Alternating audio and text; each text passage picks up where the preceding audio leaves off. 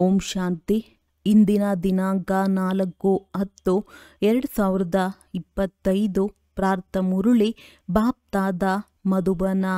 ಮಧುರ ಮಕ್ಕಳೇ, ಶ್ರೇಷ್ಠಾತಿ ಶ್ರೇಷ್ಠರಾಗಲು ಸ್ವಯಂ ಭಗವಂತನು ನಿಮಗೆ ಶ್ರೇಷ್ಠ ಮತವನ್ನು ಕೊಡುತ್ತಿದ್ದಾರೆ. ಇದರಿಂದ ನೀವು ನರಕವಾಸಿಗಳಿಂದ ಸ್ವರ್ಗವಾಸಿಗಳಾಗಿ ಬಿಡುತ್ತೀರಿ. ಪ್ರಶ್ನೆ: ದೇವತೆಗಳಾಗುವಂತಹ ಮಕ್ಕಳು ವಿಶೇಷವಾಗಿ ಯಾವ ಮಾತುಗಳ ಮೇಲೆ ಗಮನವಿಡಬೇಕಾಗಿದೆ?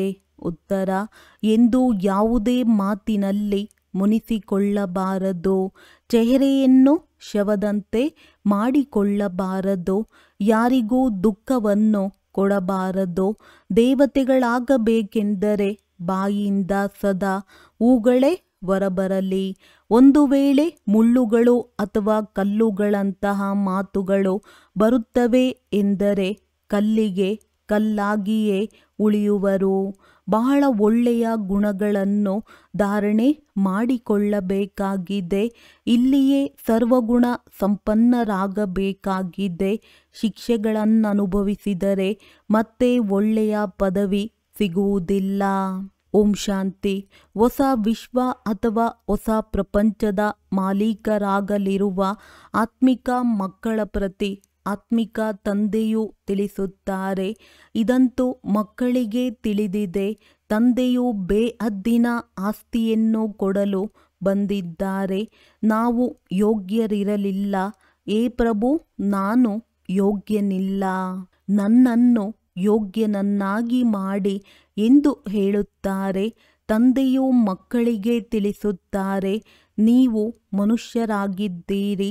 ಈ ದೇವತೆಗಳು ಮನುಷ್ಯರಾಗಿದ್ದಾರೆ. ಆದರೆ ಇವರಲ್ಲಿ ದೈವಿ ಗುಣಗಳಿವೆ. ಇವರಿಗೆ ಸತ್ಯವಾದ ಮನುಷ್ಯರೆಂದು ಹೇಳುತ್ತಾರೆ. ಮನುಷ್ಯರಲ್ಲಿ ಆಸುರಿ ಗುಣಗಳಿದ್ದರೆ ಅವರಿಗೆ ಅಸುರರೆಂದು ಹೇಳಲಾಗುತ್ತದೆ. ಚಲನೆಯು ಪ್ರಾಣಿಗಳಂತಿರುತ್ತದೆ. ದೈವಿ ಗುಣಗಳಿಲ್ಲವೆಂದರೆ ಅದಕ್ಕೆ ಆಸುರಿ ಗುಣವೆಂದು ಹೇಳುತ್ತಾರೆ. ಈಗ ಮತ್ತೆ ತಂದೆಯು ಬಂದು ನಿಮ್ಮನ್ನು ಶ್ರೇಷ್ಠ ದೇವತೆಗಳನ್ನಾಗಿ ಮಾಡುತ್ತಾರೆ. ಸತ್ಯಖಂಡದಲ್ಲಿರುವ ಸತ್ಯ ಮನುಷ್ಯರು ಈ ಲಕ್ಷ್ಮೀ ನಾರಾಯಣರಾಗಿದ್ದಾರೆ. ಇವರಿಗೆ ದೇವತೆಗಳೆಂದು ಹೇಳಲಾಗುವುದು. ಇವರಲ್ಲಿ ದೈವಿ ಗುಣಗಳಿವೆ. ಏ ಪತಿತ ಪಾವನ, ಬನ್ನಿ ಎಂದು ಬಲೆ ಆಡುತ್ತಾರೆ. ಆದರೆ ಪಾವನರಾಜರು ಹೇಗಾಗುತ್ತಾರೆ ಮತ್ತೆ ಪತಿತರಾಜರು ಹೇಗಾಗುತ್ತಾರೆ ಎಂಬ ರಹಸ್ಯವನ್ನು ಯಾರೂ ತಿಳಿದುಕೊಂಡಿಲ್ಲ. ಅದು ಭಕ್ತಿ ಮಾರ್ಗವಾಗಿದೆ. ಜ್ಞಾನವನ್ನಂತೂ ಯಾರೂ ತಿಳಿದುಕೊಂಡಿಲ್ಲ. ನೀವು ಮಕ್ಕಳಿಗೆ ತಂದೆಯೂ ತಿಳಿಸುತ್ತಾರೆ ಮತ್ತು ಇಂತಹ ದೇವತೆಗಳನ್ನಾಗಿ ಮಾಡುತ್ತಾರೆ. ಕರ್ಮವನ್ನಂತೂ ಸತ್ಯಯುಗದಲ್ಲಿ ಈ ದೇವತೆಗಳು ಮಾಡುತ್ತಾರೆ. ಆದರೆ ಪತಿತ ಕರ್ಮ ಮಾಡುವುದಿಲ್ಲ. ಅವರಲ್ಲಿ ದೈವಿ ಗುಣಗಳಿವೆ. ಪತಿತ ಕರ್ಮ ಮಾಡದೇ ಇರುವವರೇ ಸ್ವರ್ಗವಾಸಿಗಳಾಗುತ್ತಾರೆ. ನರಕವಾಸಿಗಳಿಂದ ಮಾಯೆಯು ಪತಿತ ಕರ್ಮವನ್ನು ಮಾಡಿಸುತ್ತದೆ. ಭಗವಂತನೇ ಕುಳಿತು ಶ್ರೇಷ್ಠ ಕರ್ಮ ಮಾಡಿಸುತ್ತಾರೆ ಮತ್ತು ಶ್ರೇಷ್ಠ ಮತ ಕೊಡುತ್ತಾರೆ. ಮಕ್ಕಳೇ, ಇಂತಹ ಪತಿತ ಕರ್ಮ ಮಾಡಬೇಡಿ ಎಂದು ಶ್ರೇಷ್ಠಾತಿ ಶ್ರೇಷ್ಠರಾಗಲು ಶ್ರೇಷ್ಠಾತಿ ಶ್ರೇಷ್ಠ ಮತವನ್ನು ಕೊಡುತ್ತಾರೆ. ದೇವತೆಗಳು ಶ್ರೇಷ್ಠರಲ್ಲವೇ? ಹೊಸ ಪ್ರಪಂಚ ಸ್ವರ್ಗದಲ್ಲಿಯೇ ಇರುತ್ತೇವೆ. ಇದನ್ನು ನಿಮ್ಮಲ್ಲಿ ನಂಬರ್ವಾರ್ ಪುರುಷಾರ್ಥದನುಸಾರ ತಿಳಿದುಕೊಂಡಿದ್ದಾರೆ. ಆದ್ದರಿಂದ ಮಾಲೆಯಾಗುತ್ತದೆ. 8ರದ್ದು ಹಾಗೂ 108ರ ಮಾಲೆ 16,108ರ ಮಾಲೆ ಎಂದು ಹೇಳಬಹುದು. ಅದು ಏನಾಯಿತು? ಇಷ್ಟು ಕೋಟಿ ಮನುಷ್ಯರಿದ್ದಾರೆ. ಇವರಲ್ಲಿ ಕೇವಲ 16,000 ಮಂದಿ ಹೊರಬಂದರೆ ಏನಾಯಿತು? ಕಾಲು ಭಾಗವೂ ಆಗಲಿಲ್ಲ. ತಂದೆಯು ಮಕ್ಕಳನ್ನು ಎಷ್ಟು ಶ್ರೇಷ್ಠರನ್ನಾಗಿ ಮಾಡುತ್ತಾರೆ. ಪ್ರತಿನಿತ್ಯವೂ ಯಾವುದೇ ವಿಕರ್ಮ ಮಾಡಬೇಡಿ ಎಂದು ಮಕ್ಕಳಿಗೆ ತಿಳಿಸುತ್ತಾರೆ. ನಿಮಗೆ ಇಂತಹ ತಂದೆಯು ಸಿಕ್ಕಿದ್ದಾರೆ ಅಂದಾಗ ಬಹಳ ಖುಷಿ ಇರಬೇಕು. ನಿಮಗೆ ತಂದೆಯು ತಿಳಿಸುತ್ತಾರೆ, ಬೇಹದ್ದಿನ ತಂದೆಯು ನಮ್ಮನ್ನು ದತ್ತು ಮಾಡಿಕೊಂಡಿದ್ದಾರೆ, ನಾವು ಅವರ ಮಕ್ಕಳಾಗಿದ್ದೇವೆ. ತಂದೆಯು ಸ್ವರ್ಗದ ರಚಯಿತನಾಗಿದ್ದಾರೆ ಅಂದ ಮೇಲೆ ಇಂತಹ ಸ್ವರ್ಗದ ಮಾಲೀಕರಾಗಲು ಯೋಗ್ಯರು ಸರ್ವಗುಣ ಸಂಪನ್ನರಾಗಬೇಕಾಗಿದೆ. ಈ ಲಕ್ಷ್ಮೀ ನಾರಾಯಣರು ಸರ್ವಗುಣ ಸಂಪನ್ನರಾಗಿದ್ದರು. ಇವರ ಯೋಗ್ಯತೆಗಳ ಮಹಿಮೆಯು ಮಾಡಲಾಗುತ್ತದೆ. ಮತ್ತೆ 84 ಜನ್ಮಗಳ ನಂತರ ಅನರ್ಹರಾಗಿ ಬಿಡುತ್ತಾರೆ. ಒಂದು ಜನ್ಮ ಕೆಳಗಿಳಿದರೂ ಸಹ ಸ್ವಲ್ಪ ಕಲೆಗಳು ಕಡಿಮೆಯಾಗುವುದು. ಹೀಗೆ ನಿಧಾನವಾಗಿ ಕಡಿಮೆಯಾಗುತ್ತಾ ಹೋಗುತ್ತದೆ. ಹೇಗೆ ನಾಟಕವೂ ಸಹ ನಿಧಾನವಾಗಿ ನಡೆಯುತ್ತದೆ ಎಲ್ಲವೇ ನೀವು ಸಹ ನಿಧಾನವಾಗಿ ಕೆಳಗಿಳಿಯುತ್ತೀರಿ. ಆದ್ದರಿಂದ 1250 ವರ್ಷಗಳಲ್ಲಿ 2 ಕಲೆಗಳು ಕಡಿಮೆಯಾಗುತ್ತದೆ. ನಂತರ ರಾವಣ ರಾಜ್ಯದಲ್ಲಿ ಬೇಗನೆ ಕಲೆಗಳು ಕಡಿಮೆಯಾಗುತ್ತದೆ. ಗ್ರಹಣ ಹಿಡಿಯುತ್ತದೆ. ಹೇಗೆ ಸೂರ್ಯಚಂದ್ರರಿಗೂ ಸಹ ಗ್ರಹಣ ಹಿಡಿಯುವುದಿಲ್ಲವೆಂದಲ್ಲ, ಎಲ್ಲರಿಗೆ ಪೂರ್ಣ ಗ್ರಹಣ ಹಿಡಿದಿದೆ. ಈಗ ತಂದೆಯು ತಿಳಿಸುತ್ತಾರೆ, ನೆನಪಿನಿಂದಲೇ ಗ್ರಹಣವು ಇಳಿಯುವುದು. ಯಾವುದೇ ಪಾಪ ಮಾಡಬೇಡಿ. ಮೊದಲನೇ ಪಾಪವಾಗಿದೆ ದೇಹಾಭಿಮಾನದಲ್ಲಿ ಬರುವುದು. ಇದು ಕಠಿಣ ಪಾಪವಾಗಿದೆ. ಮಕ್ಕಳಿಗೆ ಇದೊಂದು ಜನ್ಮಕ್ಕಾಗಿಯೇ ಶಿಕ್ಷಣ ಸಿಗುತ್ತದೆ. ಏಕೆಂದರೆ ಈಗ ಪ್ರಪಂಚವು ಪರಿವರ್ತನೆಯಾಗಲಿದೆ. ಈ ಶಿಕ್ಷಣವು ಮತ್ತೆಂದೂ ಇಲ್ಲ. ಬ್ಯಾರಿಸ್ಟರಿ ಮೊದಲಾದ ಶಿಕ್ಷಣವನ್ನು ನೀವು ಜನ್ಮಾಂತರದಿಂದಲೂ ತೆಗೆದುಕೊಳ್ಳುತ್ತಾ ಬಂದಿದ್ದೀರಿ. ಶಾಲೆ ಇತ್ಯಾದಿಗಳು ಸದಾ ಇದ್ದೇ ಇರುತ್ತವೆ. ಆದರೆ ಈ ಜ್ಞಾನವು ಒಂದೇ ಬಾರಿ ಸಿಗುತ್ತದೆ. ಜ್ಞಾನಸಾಗರ ತಂದೆಯು ಒಂದೇ ಬಾರಿ ಬರುತ್ತಾರೆ. ಅವರು ತಮ್ಮ ಮತ್ತು ತಮ್ಮ ರಚನೆಯ ಆದಿ ಮಧ್ಯ ಅಂತ್ಯದ ಸಂಪೂರ್ಣ ಜ್ಞಾನವನ್ನು ತಿಳಿಸುತ್ತಾರೆ. ತಂದೆಯು ಎಷ್ಟು ಸಹಜವಾಗಿ ತಿಳಿಸುತ್ತಾರೆ. ನೀವಾತ್ಮರು ಪಾತ್ರಧಾರಿಗಳಾಗಿದ್ದೀರಿ. ಆತ್ಮಗಳು ತಮ್ಮ ಮನೆಯಿಂದ ಬಂದು ಇಲ್ಲಿ ಪಾತ್ರವನ್ನಭಿನಯಿಸುತ್ತೀರಿ.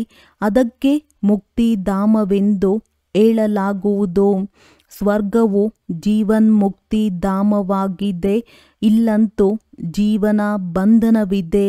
ಈ ಶಬ್ದವನ್ನು ಯಥಾರ್ಥ ರೀತಿಯಲ್ಲಿ ನೆನಪಿಟ್ಟುಕೊಳ್ಳಬೇಕು. ಮೋಕ್ಷವೆಂದು ಆಗುವುದಿಲ್ಲ. ಮೋಕ್ಷ ಸಿಗಬೇಕು ಅರ್ಥಾತ್ ಜನನ ಮರಣ ಚಕ್ರದಿಂದ ಮುಕ್ತರಾಗಬೇಕೆಂದು ಮನುಷ್ಯರು ಹೇಳುತ್ತಾರೆ. ಆದರೆ ಪಾತ್ರದಿಂದ ಹೊರಬರಲು ಸಾಧ್ಯವೇ? ಇದು ಅನಾದಿ ಮಾಡಲ್ಪಟ್ಟ ಆಟವಾಗಿದೆ. ವಿಶ್ವದ ಇತಿಹಾಸ ಭೂಗೋಳವು ಚಾಚೂ ತಪ್ಪದೆ ಪುನರಾವರ್ತನೆಯಾಗುತ್ತದೆ. ಸತ್ಯಯುಗದಲ್ಲಿ ಅದೇ ದೇವತೆಗಳು ಬರುತ್ತಾರೆ. ನಂತರ ಕೊನೆಯಲ್ಲಿ ಇಸ್ಲಾಮಿಗಳು, ಬೌದ್ಧರು ಮೊದಲಾದವರೆಲ್ಲರೂ ಬರುತ್ತಾರೆ. ಈ ಮಾನವ ವಂಶವೃಕ್ಷವಾಗಿ ಬಿಡುತ್ತದೆ. ಇದರ ಬೀಜವು ಮೇಲಿದ್ದಾರೆ. ತಂದೆಯು ಮನುಷ್ಯ ಸೃಷ್ಟಿಯ ಬೀಜರೂಪವಾಗಿದ್ದಾರೆ. ಮನುಷ್ಯ ಸೃಷ್ಟಿಯಂತೂ ಇದೇ ಇರುತ್ತದೆ. ಆದರೆ ಸತ್ಯಯುಗದಲ್ಲಿ ಬಹಳ ಚಿಕ್ಕದಾಗಿರುತ್ತದೆ. ನಂತರ ನಿಧಾನವಾಗಿ ಬಹಳ ವೃದ್ಧಿಯಾಗುತ್ತಾ ಹೋಗುತ್ತದೆ. ಒಳ್ಳೆಯದು. ಮತ್ತೆ ಚಿಕ್ಕದು ಹೇಗಾಗುವುದು? ತಂದೆಯು ಬಂದು ಪತಿತರಿಂದ ಪಾವನರನ್ನಾಗಿ ಮಾಡುತ್ತಾರೆ. ಬಹಳ ಕೆಲವರೇ ಪಾವನರಾಗುತ್ತಾರೆ. ಕೋಟಿಯಲ್ಲಿ ಕೆಲವರೇ ಬರುತ್ತಾರೆ. ಅರ್ಧಕಲ್ಪ ಬಹಳ ಕೆಲವರೇ ಇರುತ್ತಾರೆ. ಇನ್ನರ್ಧಕಲ್ಪದಲ್ಲಿ ಇನ್ನೆಷ್ಟೋ ವೃದ್ಧಿಯಾಗುತ್ತದೆ ಅಂದಾಗ ಎಲ್ಲರಿಗಿಂತ ಹೆಚ್ಚು ಸಂಪ್ರದಾಯವು ಆ ದೇವತೆಗಳದ್ದಿರಬೇಕು. ಏಕೆಂದರೆ ಇವರೇ ಮೊಟ್ಟ ಮೊದಲಿಗೆ ಬರುತ್ತಾರೆ. ಆದರೆ ಬೇರೆ ಬೇರೆ ಧರ್ಮಗಳಲ್ಲಿ ಹೊರಟು ಹೋಗುತ್ತಾರೆ, ಏಕೆಂದರೆ ತಂದೆಯನ್ನೇ ಮರೆತು ಹೋಗಿದ್ದಾರೆ. ಇದು ನಂಬರ್ 1 ವಿಸ್ಮೃತಿಯ ಆಟವಾಗಿದೆ. ಮರೆಯುವುದರಿಂದಲೇ ಕಂಗಾಲರಾಗಿ ಬಿಡುತ್ತೀರಿ. ಮರೆಯುತ್ತಾ ಒಮ್ಮೆಲೆ ಮರೆತು ಹೋಗುತ್ತೀರಿ. ಭಕ್ತಿಯನ್ನು ಸಹ ಮೊದಲು ಒಬ್ಬರದ್ದನ್ನು ಮಾಡುತ್ತಾರೆ, ಏಕೆಂದರೆ ಸರ್ವರ ಸದ್ಗತಿ ಮಾಡುವವರು ಒಬ್ಬರೇ ಆಗಿದ್ದಾರೆ. ಅಂದ ಮೇಲೆ ಮತ್ಯಾರಿಗಾದರೂ ಭಕ್ತಿಯನ್ನೇಕೆ ಮಾಡಬೇಕು? ಈ ಲಕ್ಷ್ಮೀ ನಾರಾಯಣರನ್ನೂ ಸಹ ಹೀಗೆ ಮಾಡುವವರು ಶಿವನಲ್ಲವೇ? ಕೃಷ್ಣನು ಹೇಗಾಗುವರು? ಇದು ಸಾಧ್ಯವೇ ಇಲ್ಲ. ಕೃಷ್ಣನು ರಾಜಯೋಗವನ್ನು ಕಲಿಸಲು ಸಾಧ್ಯವಿಲ್ಲ. ಅವನು ಸತ್ಯಯುಗದ ರಾಜಕುಮಾರನಾಗಿದ್ದಾನೆ. ಎಷ್ಟೊಂದು ತಪ್ಪು ಮಾಡಿಬಿಟ್ಟಿದ್ದಾರೆ. ಬುದ್ಧಿಯಲ್ಲಿ ಕುಳಿತುಕೊಳ್ಳುವುದೇ ಇಲ್ಲ. ಈಗ ತಂದೆಯು ತಿಳಿಸುತ್ತಾರೆ, ನನ್ನನ್ನು ನೆನಪು ಮಾಡಿ ಮತ್ತು ದೈವಿ ಗುಣಗಳನ್ನು ಧಾರಣೆ ಮಾಡಿ. ಯಾವುದೇ ಆಸ್ತಿಯ ಜಗಳ ಇತ್ಯಾದಿಗಳಿದ್ದರೆ ಅದನ್ನು ತೀರ್ಮಾನ ಮಾಡಿಕೊಳ್ಳಿ. ಜಗಳ ಮಾಡುತ್ತಾ ಪ್ರಾಣವು ಹೊರಟು ಹೋಗಬಹುದು. ಆದ್ದರಿಂದ ತಂದೆಯು ತಿಳಿಸುತ್ತಾರೆ, ಇವರೂ ಸಹ ಎಲ್ಲವನ್ನೂ ಬಿಟ್ಟಾಗ ಯಾವುದೇ ಜಗಳ ಮಾಡಿದರೆ ಕಡಿಮೆ ಸಿಕ್ಕಿದರೂ ಪರವಾಗಿಲ್ಲ, ಅದಕ್ಕೆ ಬದಲಾಗಿ ಎಷ್ಟೊಂದು ರಾಜ್ಯಭಾಗ್ಯವು ಸಿಕ್ಕಿತು. ತಂದೆಯು ಬ್ರಹ್ಮ ತಿಳಿಸುತ್ತಾರೆ, ನನಗೆ ವಿನಾಶ ಮತ್ತು ರಾಜಧಾನಿಯ ಸಾಕ್ಷಾತ್ಕಾರವಾಯಿತು. ಆಗ ಎಷ್ಟು ಖುಷಿಯಾಯಿತು. ನಮಗೆ ವಿಶ್ವದ ರಾಜ್ಯಭಾಗ್ಯ ಸಿಗಲಿದೆ ಅಂದ ಮೇಲೆ ಇದೆಲ್ಲ ಏನು ಎಂದೆನಿಸಿತ್ತು. ಯಾರು ಹಸಿವಿನಿಂದೇನೂ ಸಾಯುವುದಿಲ್ಲ. ಹಣವಿಲ್ಲದವರೂ ಸಹ ಹೊಟ್ಟೆಯನ್ನು ತುಂಬಿಸಿಕೊಳ್ಳುತ್ತಾರಲ್ಲವೇ? ಮೊಮ್ಮಾರವರು ಎಷ್ಟೊಂದು ನೆನಪು ಮಾಡುತ್ತಾರೆ. ತಂದೆಯು ತಿಳಿಸುತ್ತಾರೆ, ನೆನಪು ಮಾಡುತ್ತೀರಿ, ಇದಂತೂ ಸರಿಯಾಗಿದೆ. ಆದರೆ ಈಗ ಮೊಮ್ಮಾರವರ ನಾಮರೂಪವನ್ನು ನೆನಪು ಮಾಡಬಾರದು. ನಾವೂ ಸಹ ಅವರ ತರಹ ಧಾರಣೆ ಮಾಡಬೇಕಾಗಿದೆ. ನಾವೂ ಸಹ ಮೊಮ್ಮಾರವರ ತರಹ ಒಳ್ಳೆಯವರಾಗಿ ಗದ್ದಿಗೆಗೆ ಯೋಗ್ಯರಾಗಬೇಕು. ಕೇವಲ ಮೊಮ್ಮಾರವರ ಮಹಿಮೆ ಮಾಡುವುದರಿಂದ ಆ ರೀತಿ ಆಗಿಬಿಡುವುದಿಲ್ಲ. ತಂದೆಯಂತೂ ತಿಳಿಸುತ್ತಾರೆ, ಮಕ್ಕಳೇ, ನನ್ನೊಬ್ಬನನ್ನೇ ನೆನಪು ಮಾಡಿ ನೆನಪಿನ ಯಾತ್ರೆಯಲ್ಲಿರಿ. ಮೊಮ್ಮನ ತರಹ ಜ್ಞಾನವನ್ನು ತಿಳಿಸಬೇಕು. ಯಾವಾಗ ನೀವೂ ಸಹ ಅವರ ತರಹ ಮಹಿಮಾಯೋಗ್ಯರಾಗಿ ತೋರಿಸುವಿರೋ ಆಗ ಮೊಮ್ಮಾರವರ ಮಹಿಮೆಗೆ ಸಾಕ್ಷಿಯಾಗುವುದು. ಕೇವಲ ಮೊಮ್ಮ ಎಂದು ಹೇಳುವುದರಿಂದ ಹೊಟ್ಟೆ ತುಂಬುವುದಿಲ್ಲ, ಇನ್ನು ಹೊಟ್ಟೆಯು ಬೆನ್ನಿಗೆ ತಾಗುತ್ತದೆ. ಶಿವ ತಂದೆಯನ್ನು ನೆನಪು ಮಾಡುವುದರಿಂದಲೇ ಹೊಟ್ಟೆ ತುಂಬುವುದು. ಈ ದಾದಾರವರನ್ನು ನೆನಪು ಮಾಡುವುದರಿಂದಲೂ ಹೊಟ್ಟೆಯು ತುಂಬುವುದಿಲ್ಲ. ಒಬ್ಬ ತಂದೆಯನ್ನು ನೆನಪು ಮಾಡಬೇಕಾಗಿದೆ. ಬಲಿಹಾರಿಯು ಅವರೊಬ್ಬರದೇ ಆಗಿದೆ. ಸರ್ವೀಸಿನ ಯುಕ್ತಿಗಳನ್ನು ರಚಿಸಬೇಕು. ಸದಾ ಮುಖದಿಂದ ಹೂಗಳೇ ಬರಲಿ. ಒಂದು ವೇಳೆ ಮುಳ್ಳುಗಳು ಕಲ್ಲುಗಳು ಹೊರಬರುತ್ತವೆ ಎಂದರೆ ಕಲ್ಲಾಗಿಯೇ ಉಳಿಯುವರು. ಬಹಳ ಒಳ್ಳೆಯ ಗುಣಗಳನ್ನು ಧಾರಣೆ ಮಾಡಿಕೊಳ್ಳಬೇಕಾಗಿದೆ. ನೀವಿಲ್ಲಿ ಸರ್ವಗುಣ ಸಂಪನ್ನರಾಗಬೇಕಾಗಿದೆ. ಶಿಕ್ಷೆಗಳನ್ನನುಭವಿಸಿದರೆ ಒಳ್ಳೆಯ ಪದವಿ ಸಿಗುವುದಿಲ್ಲ. ಇಲ್ಲಿಗೆ ಮಕ್ಕಳು ತಂದೆಯಿಂದ ಡೈರೆಕ್ಟ್ ಕೇಳಲು ಬರುತ್ತಾರೆ.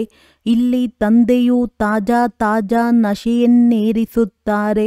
ಸೇವಾ ಕೇಂದ್ರದಲ್ಲಿ ನಶೆ ಇರುತ್ತದೆ. ಮತ್ತೆ ಮನೆಗೆ ಹೋಗಿ ಸಂಬಂಧಿ ಮೊದಲಾದವರನ್ನು ನೋಡಿದೊಡನೆಯೇ ಸಮಾಪ್ತಿ. ನಾವಿಲ್ಲಿ ತಂದೆಯ ಪರಿವಾರದಲ್ಲಿ ಕುಳಿತಿದ್ದೇವೆಂದು ನೀವು ತಿಳಿದುಕೊಳ್ಳುತ್ತೀರಿ. ಅಲ್ಲಿ ಆಸುರಿ ಪರಿವಾರವಿರುತ್ತದೆ. ಎಷ್ಟೊಂದು ಕಲಹಗಳಿರುತ್ತವೆ. ಅಲ್ಲಿಗೆ ಹೋದೊಡನೆಯೇ ಕೆಸರಿನಲ್ಲಿ ಹೋಗಿ ಬೀಳುತ್ತಾರೆ. ಇಲ್ಲಾದರೆ ನೀವು ತಂದೆಯನ್ನು ಮರೆಯಬಾರದು. ಪ್ರಪಂಚದಲ್ಲಿ ಸತ್ಯವಾದ ಶಾಂತಿಯು ಯಾರಿಗೂ ಸಿಗುವುದಿಲ್ಲ. ಪವಿತ್ರತೆ, ಸುಖ, ಶಾಂತಿ, ಸಂಪತ್ತನ್ನು ತಂದೆಯ ವಿನಃ ಯಾರೂ ಕೊಡಲು ಸಾಧ್ಯವಿಲ್ಲ. ತಂದೆಯು ಆಯುಷ್ಮಾನ್ ಭವ, ಪುತ್ರವಾನ್ ಭವ ಎಂದು ಆಶೀರ್ವಾದ ಮಾಡುವುದಿಲ್ಲ. ಆಶೀರ್ವಾದದಿಂದ ಏನೂ ಸಿಗುವುದಿಲ್ಲ. ಇದು ಮನುಷ್ಯರ ತಪ್ಪಾಗಿದೆ. ಸನ್ಯಾಸಿ ಮೊದಲಾದವರು ಸಹ ಆಶೀರ್ವಾದ ಕೊಡಲು ಸಾಧ್ಯವಿಲ್ಲ. ಇಂದು ಆಶೀರ್ವಾದ ಕೊಡುತ್ತಾರೆ, ನಾಳೆ ತಾವೇ ಮರಣ ಹೊಂದುತ್ತಾರೆ. ಪೋಪರು ಸಹ ನೋಡಿ ಎಷ್ಟೊಂದು ಮಂದಿ ಬಂದು ಹೋಗಿದ್ದಾರೆ. ಗುರುಗಳ ಗದ್ದುಗೆಯೂ ನಡೆಯುತ್ತದೆ. ಬಾಲ್ಯದಲ್ಲಿಯೂ ಸಹ ಗುರುಗಳು ಸಾವನ್ನಪ್ಪಿದರೆ ಮತ್ತೆ ಬೇರೆಯವರನ್ನು ಮಾಡುತ್ತಾರೆ ಅಥವಾ ಅವರ ಚಿಕ್ಕ ಶಿಷ್ಯರನ್ನು ಗುರುಗಳನ್ನಾಗಿ ಮಾಡಿಬಿಡುತ್ತಾರೆ. ಈ ಬಾಪ್ ದಾದಾರವರು ನೀಡುವವರಾಗಿದ್ದಾರೆ. ಅಂದ ಮೇಲೆ ಅವರು ತೆಗೆದುಕೊಂಡು ಏನು ಮಾಡುವರು? ತಂದೆಯು ನಿರಾಕಾರನಲ್ಲವೇ? ತೆಗೆದುಕೊಳ್ಳುವುದು ಸಾಕಾರ ತಂದೆ. ಇದು ಸಹ ತಿಳಿದುಕೊಳ್ಳುವ ಮಾತಾಗಿದೆ. ನಾವು ಶಿವತಂದೆಗೆ ಕೊಡುತ್ತೇವೆ ಎಂಬ ಮಾತನ್ನು ಎಂದು ಹೇಳಬಾರದು. ನಾವು ಶಿವತಂದೆಯಿಂದ ಪದಮದಷ್ಟು ತೆಗೆದುಕೊಂಡರೂ ಕೊಟ್ಟಂತಾಗಲಿಲ್ಲ. ತಂದೆಯಂತೂ ನಿಮಗೆ ಅಪಾರವಾಗಿ ಕೊಡುತ್ತಾರೆ. ಶಿವತಂದೆಯು ದಾತನಾಗಿದ್ದಾರೆ. ನೀವು ಅವರಿಗೆ ಹೇಗೆ ಕೊಡುತ್ತೀರಿ? ನಾನು ಕೊಟ್ಟೆನೆಂದು ತಿಳಿದುಕೊಳ್ಳುವುದರಿಂದ ದೇಹಾಭಿಮಾನವು ಬಂದು ಬಿಡುತ್ತದೆ. ನಾವು ಶಿವತಂದೆಯಿಂದ ಪಡೆಯುತ್ತಿದ್ದೇವೆ. ತಂದೆಯ ಬಳಿ ಎಷ್ಟೊಂದು ಮಂದಿ ಮಕ್ಕಳು ಬಂದಿರುತ್ತಾರೆ. ಅಂದ ಮೇಲೆ ಅವರಿಗಾಗಿ ಪ್ರಬಂಧವು ಬೇಕಲ್ಲವೇ? ಅಂದರೆ ನೀವು ತಮಗಾಗಿಯೇ ಕೊಡುತ್ತೀರಿ. ತಂದೆಯು ತನಗಾಗಿ ಏನನ್ನು ಮಾಡಿಕೊಳ್ಳಬೇಕಾಗಿಲ್ಲ. ರಾಜಧಾನಿಯನ್ನು ನಿಮಗೆ ಕೊಡುತ್ತಾರೆ. ಆದ್ದರಿಂದ ನೀವೇ ಮಾಡಿಕೊಳ್ಳುತ್ತೀರಿ. ನಿಮ್ಮನ್ನು ನನಗಿಂತಲೂ ಶ್ರೇಷ್ಠರನ್ನಾಗಿ ಮಾಡುತ್ತೇನೆ. ಇಂತಹ ತಂದೆಯನ್ನೇ ನೀವು ಮರೆತು ಹೋಗುತ್ತೀರಿ. ಅರ್ಧಕಲ್ಪ ಪೂಜ್ಯ, ಅರ್ಧಕಲ್ಪ ಪೂಜಾರಿ. ಪೂಜ್ಯರಾಗುವುದರಿಂದ ನೀವು ಸುಖಧಾಮದ ಮಾಲೀಕರಾಗುತ್ತೀರಿ. ಮತ್ತೆ ಪೂಜಾರಿಗಳಾದಾಗ ದುಃಖಧಾಮದ ಮಾಲೀಕರಾಗುತ್ತೀರಿ. ತಂದೆಯು ಯಾವಾಗ ಬಂದು ಸ್ವರ್ಗ ಸ್ಥಾಪನೆ ಮಾಡುತ್ತಾರೆಂದು ಯಾರಿಗೂ ತಿಳಿದಿಲ್ಲ. ಈ ಮಾತುಗಳನ್ನು ನೀವು ಸಂಗಮಯುಗಿ ಬ್ರಾಹ್ಮಣರೇ ತಿಳಿದುಕೊಂಡಿದ್ದೀರಿ. ತಂದೆಯು ಎಷ್ಟು ಚೆನ್ನಾಗಿ ತಿಳಿಸಿಕೊಡುತ್ತಾರೆ. ಆದರೂ ಸಹ ಬುದ್ಧಿಯಲ್ಲಿ ಕುಳಿತುಕೊಳ್ಳುವುದಿಲ್ಲ. ಹೇಗೆ ತಂದೆಯು ಯುಕ್ತಿಯಿಂದ ತಿಳಿಸುತ್ತಾರೆಯೋ ಅದೇ ರೀತಿ ತಿಳಿಸಿಕೊಡಬೇಕು. ಪುರುಷಾರ್ಥ ಮಾಡಿ ಇಷ್ಟು ಶ್ರೇಷ್ಠರಾಗಬೇಕು. ತಂದೆಯು ಮಕ್ಕಳಿಗೆ ತಿಳಿಸುತ್ತಾರೆ. ಮಕ್ಕಳಲ್ಲಿ ಬಹಳ ಒಳ್ಳೆಯ ದೈವಿ ಗುಣಗಳಿರಬೇಕು. ಯಾವುದೇ ಮಾತಿನಲ್ಲಿ ಮುನಿಸಿಕೊಳ್ಳಬಾರದು. ಚೆಹರೆಯು ಶವದಂತಾಗಬಾರದು. ತಂದೆಯು ತಿಳಿಸುತ್ತಾರೆ, ಇಂತಹ ಯಾವುದೇ ಕೆಲಸವನ್ನು ಈಗ ಮಾಡಬೇಡಿ. ಚಂಡಿಕಾ ದೇವಿಯ ಮೇಳವು ಆಗುತ್ತದೆ. ಯಾರು ತಂದೆಯ ಮತದಂತೆ ನಡೆಯುವುದಿಲ್ಲವೋ, ಯಾರು ದುಃಖವನ್ನು ಕೊಡುವರೋ ಅಂಥವರಿಗೆ ಚಂಡಿಕಾ ಎಂದು ಹೇಳುತ್ತಾರೆ. ಇಂಥವರಿಗೂ ಮೇಳವು ನಡೆಯುತ್ತದೆ. ಮನುಷ್ಯರು ಅಜ್ಞಾನಿಗಳಲ್ಲವೇ? ಅರ್ಥವನ್ನು ತಿಳಿದುಕೊಂಡಿಲ್ಲ. ಯಾರಲ್ಲಿಯೂ ಶಕ್ತಿ ಇಲ್ಲ. ಅವರು ಕೇವಲ ಕೋಗಿಲೆ ಇದ್ದಂತೆ. ನೀವು ತಂದೆಯನ್ನು ಚೆನ್ನಾಗಿ ನೆನಪು ಮಾಡುತ್ತೀರಿ. ಆದ್ದರಿಂದ ನಿಮಗೆ ತಂದೆಯ ಮೂಲಕ ಶಕ್ತಿ ಸಿಗುತ್ತದೆ. ಆದರೆ ಇಲ್ಲಿದ್ದರೂ ಸಹ ಅನೇಕರ ಬುದ್ಧಿಯು ಹೊರಗೆ ಅಲೆದಾಡುತ್ತಿರುತ್ತದೆ. ಆದ್ದರಿಂದ ತಂದೆಯು ಹೇಳುತ್ತಾರೆ, ಇಲ್ಲಿ ಚಿತ್ರಗಳ ಮುಂದೆ ಕುಳಿತುಕೊಳ್ಳಿ. ಆಗ ನಿಮ್ಮ ಬುದ್ಧಿಯು ಇದರಲ್ಲಿ ಬ್ಯುಸಿಯಾಗಿರುವುದು. ಗೋಲ ಮತ್ತು ಏಣಿಯ ಚಿತ್ರದಲ್ಲಿ ತಿಳಿಸಿಕೊಡಿ. ಸತ್ಯಯುಗದಲ್ಲಿ ಬಹಳ ಕೆಲವರೇ ಮನುಷ್ಯರಿರುತ್ತಾರೆ. ಈಗಂತೂ ಅನೇಕ ಮನುಷ್ಯರಿದ್ದಾರೆ. ತಂದೆಯು ತಿಳಿಸುತ್ತಾರೆ, ನಾನು ಬ್ರಹ್ಮರವರ ಮೂಲಕ ಹೊಸ ಪ್ರಪಂಚದ ಸ್ಥಾಪನೆ ಮಾಡುತ್ತೇನೆ, ಹಳೆಯ ಪ್ರಪಂಚದ ವಿನಾಶ ಮಾಡಿಸುತ್ತೇನೆ. ಈಗೀಗೆ ಕುಳಿತು ಅಭ್ಯಾಸ ಮಾಡಬೇಕಾಗಿದೆ. ತಮ್ಮ ಬಾಯನ್ನು ತಾವೇ ತೆರೆಸಬಹುದು. ಒಳಗೆ ಏನಾದರೂ ಚಿಂತನೆ ನಡೆಯುತ್ತದೆಯೋ ಅದು ಹೊರಬರಬೇಕು. ನೀವು ಮೂಕರಂತೂ ಅಲ್ಲ ಅಲ್ಲವೇ? ಮನೆಯಲ್ಲಿ ಕೂಗಾಡಲು ಬಾಯಿ ಇರುತ್ತದೆ, ಜ್ಞಾನವನ್ನು ತಿಳಿಸಲು ಬಾಯಿ ತೆರೆಯುವುದಿಲ್ಲವೇ? ಚಿತ್ರಗಳು ಎಲ್ಲರಿಗೂ ಸಿಗುತ್ತವೆ. ತಮ್ಮ ಮನೆಯ ಕಲ್ಯಾಣ ಮಾಡಬೇಕೆಂಬ ಸಾಹಸವನ್ನಿಡಬೇಕು. ತಮ್ಮ ಕೋಣೆಯನ್ನು ಚಿತ್ರಗಳಿಂದ ಶೃಂಗರಿಸಿ. ಆಗ ನೀವು ಬ್ಯುಸಿಯಾಗಿ ಬಿಡುತ್ತೀರಿ. ಇದು ಹೇಗೆ ನಿಮ್ಮ ಗ್ರಂಥಾಲಯವಾಗಿ ಬಿಡುವುದು? ಅನ್ಯರ ಕಲ್ಯಾಣ ಮಾಡಲು ಚಿತ್ರಗಳನ್ನು ಹಾಕಬೇಕು. ಯಾರೇ ಬಂದರೂ ಸಹ ಅವರಿಗೆ ತಿಳಿಸಿಕೊಡಿ. ನೀವು ಬಹಳ ಸರ್ವಿಸ್ ಮಾಡಬಹುದು. ಸ್ವಲ್ಪ ಕೇಳಿದರೂ ಸಹ ಪ್ರಜೆಗಳಾಗಿ ಬಿಡುತ್ತಾರೆ. ತಂದೆಯು ಉನ್ನತಿಯ ಇಷ್ಟೊಂದು ಯುಕ್ತಿಗಳನ್ನು ತಿಳಿಸುತ್ತಾರೆ. ತಂದೆಯನ್ನು ನೆನಪು ಮಾಡಿದರೆ ನಿಮ್ಮ ವಿಕರ್ಮಗಳು ವಿನಾಶವಾಗುತ್ತವೆ. ಬಾಕಿ ಗಂಗೆಯಲ್ಲಿ ಒಮ್ಮೆಲೇ ಮುಳುಗಿ ಹೋದರೂ ಸಹ ವಿಕರ್ಮಗಳು ವಿನಾಶವಾಗುವುದಿಲ್ಲ. ಇದೆಲ್ಲವೂ ಅಂಧಶ್ರದ್ಧೆಯಾಗಿದೆ. ಹರಿದ್ವಾರದಲ್ಲಂತೂ ಇಡೀ ನಗರದ ಕಸವೆಲ್ಲವೂ ಬಂದು ನೀರಿನಲ್ಲಿ ಬೀಳುತ್ತದೆ. ಸಾಗರದಲ್ಲಿ ಎಷ್ಟೊಂದು ಕೊಳಕು ಬೀಳುತ್ತದೆ. ನದಿಗಳಲ್ಲಿಯೂ ಸೇರುತ್ತಿರುತ್ತವೆ. ಅಂದ ಮೇಲೆ ಅದರಿಂದ ಪಾವನರಾಗಲು ಹೇಗೆ ಸಾಧ್ಯ? ಮಾಯೆಯು ಎಲ್ಲರನ್ನೂ ಬುದ್ಧಿಹೀನರನ್ನಾಗಿ ಮಾಡಿಬಿಟ್ಟಿದೆ. ನನ್ನನ್ನು ನೆನಪು ಮಾಡಿ ಎಂದು ತಂದೆಯು ಮಕ್ಕಳಿಗೆ ತಿಳಿಸುತ್ತಾರೆ. ಏ ಪತಿತ ಪಾವನ ಬನ್ನಿ ಎಂದು ನಿಮ್ಮ ಆತ್ಮವೇ ಕರೆಯುತ್ತದೆ ಎಲ್ಲವೇ? ಆ ನಿಮ್ಮ ಶರೀರದ ಲೌಕಿಕ ತಂದೆಯಂತೂ ಇದ್ದಾರೆ. ಪತಿತ ಪಾವನನು ಒಬ್ಬರೇ ತಂದೆಯಾಗಿದ್ದಾರೆ.